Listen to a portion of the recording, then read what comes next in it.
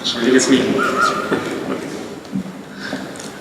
On this one, I want to back up a little bit. We were talking a minute ago about markets. Warren Buffett made a master stroke about 4 years ago, 5 years ago, when he bought Burlington Northern. He's a soothsayer, he's a magic guy, because he must have known that this oil boom was coming and he was going to make a ton of money shipping oil across the country. In the meantime, the Keystone XL pipeline and the Sandpiper mine in northern Minnesota have been blocked. How nice for Mr. Buffett. But that's how markets work. People see things coming and they invest their money and buy rail cars, pipelines, they do things to meet a need. Government these days is generally in the way.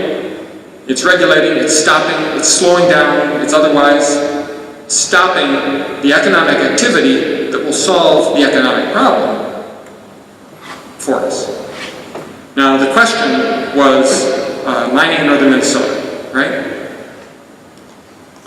I went to a presentation just recently. I'm running out of time. I'll be very brief. Went to a presentation very recently from the government affairs guy from PolyNet Mining. He was talking about what they're doing. They are reusing pits, tailing stations, a lot of equipment, and their wastewater is better, quite a bit better, than the drinking water in the towns. So good that when it rains, they have to retreat the water if they don't cover the pits. I don't think there's a whole lot to worry about, and I think this should move forward.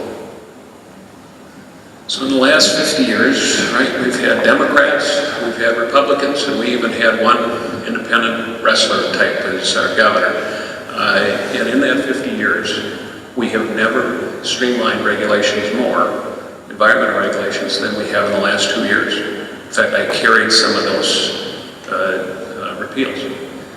That being said, and this is the only time I'm going to read anything, because this comes from Brad Moore, who's the executive vice president for PolyNet.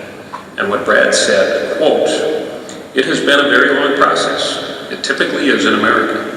But in going through that process, the project has improved. The environmental compliance or environmental impacts are lessened. And as a result, we're going to be sure to meet all state and federal requirements in order to actually operate the mine. We have been pleased with the level of coordination between the agencies," he said. "They're appropriately tough on us, but they've also been fair. At the end of the day, we've got to make sure that that mine is going to safely operate and be environmentally sound." And even the folks at PolyNet, when you extract all of the politics and what the Republicans are saying or what the Democrats are saying, and we're all on the offense and defense, this is what PolyNet is saying. They said it's been a tough process, but it's improved the project. I'm going with what PolyNet says. Done? Somehow it doesn't surprise me the guy in charge of government affairs for PolyNet is making nice with his regulators. That doesn't surprise me. But I want to point out that I worked at the Minnesota DNR in 1979. And in 1979, I worked on a mapping study having to do with environmental impact statements for copper nickel mining in northern Minnesota. It was roughly, not the same company, not the same, but it was still a proposed mine. It's been 40 years that those people have been waiting to open a mine up there. Streamlined or not, it seems like a long time.